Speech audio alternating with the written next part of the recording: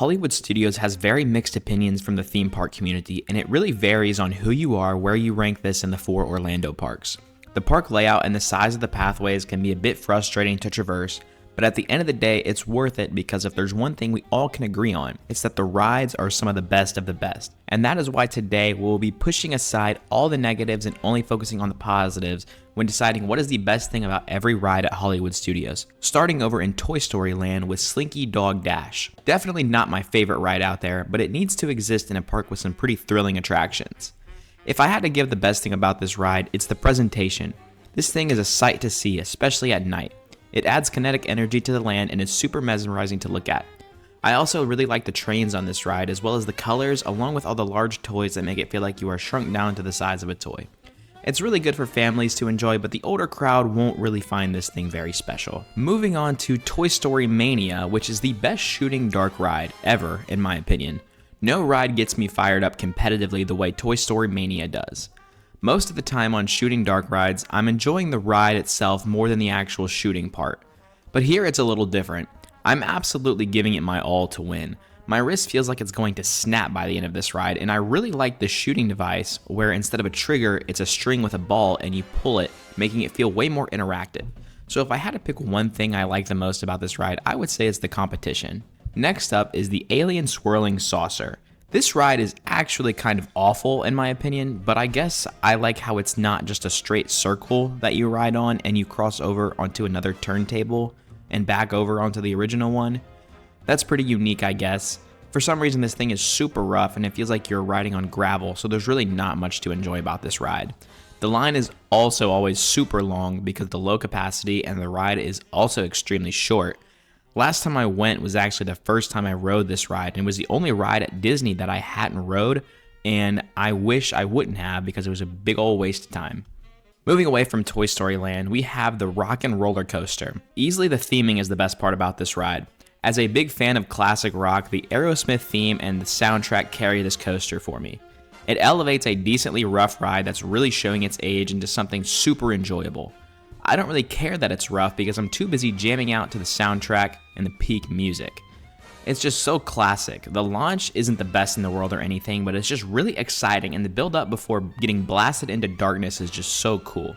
The on-ride theming is a nice touch as well, and of course the music blasting in your ears is awesome.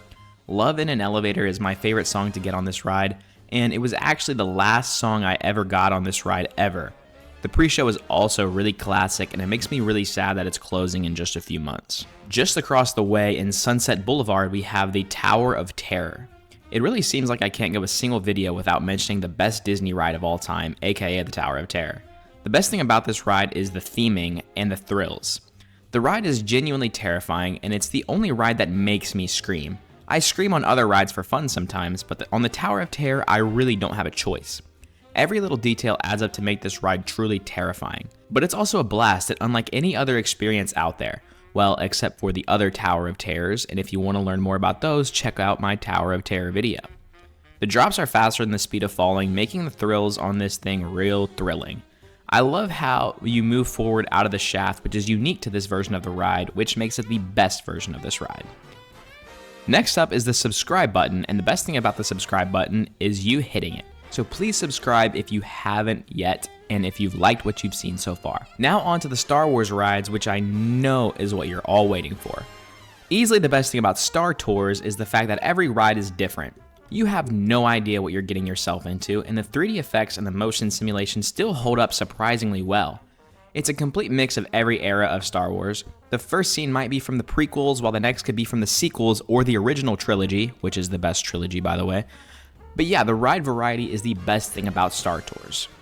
Let's keep it going with Smuggler's Run, which I am not a fan of at all. The motion simulation is not great, and the queue is so confusing. I actually skipped this on my last visit to the park.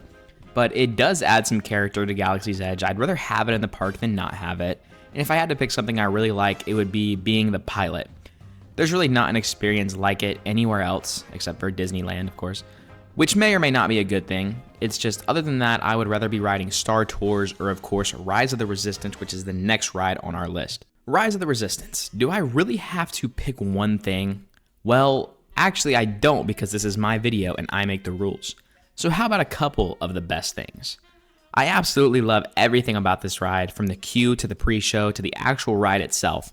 The Stormtrooper scene on the Star Destroyer is otherworldly, and if you've only seen pictures, you have no idea what it actually feels like to be there. The ride itself makes you feel like you're really on a Star Destroyer, and the Kylo Ren animatronic is one of the best out there. It all feels almost too real, and I really love the drop pod sequence as well. And one of the most underrated parts that I rarely hear discussed is the station where you get off. It's seamless how 1 second you're in space and suddenly you're back on Galaxy's Edge. It's also cool how you start the ride indoors and get off outdoors. It gives a sense of going from point A to point B that no other ride has ever done before. So no, I can't just pick one thing. Everything about this ride comes together to make it what it is. Last, but definitely not least, is Mickey and Minnie's Runaway Railway. Another one of my favorites. There are so many things I could mention, like the train itself, the conga scene, or even the tornado, but I'm gonna pick the song. Nothing Can Stop Us Now feels like it's straight out of classic Disney, and it's been a while since there has been an iconic theme song for a ride. That's definitely changing now, especially with this and Tiana's, which also has banger music, by the way. I'm glad they're actually trying now when it comes to the theme songs for the rides. The fact that this replaced the Great Movie Ride is really upsetting because the Great Movie Ride is classic and full of magic. I wish they would have kept the Great Movie Ride here and had this somewhere else. The ride is great and the Great Movie Ride is also great, so having those both would make the ride lineup even more elite than it already is. Alright, that will do it for today's video. Hope you enjoyed this style of video. I wasn't initially planning on doing a video like this, but I wanted to keep it fresh and try out some new ideas. Let me know what you think about me doing this for every park at Disney World or even other parks. Just let me know and I'll make it happen. Please be sure to subscribe, it really helps the channel and I'd appreciate it so much. Anyway, thank you all for watching and I'll see y'all in the next one.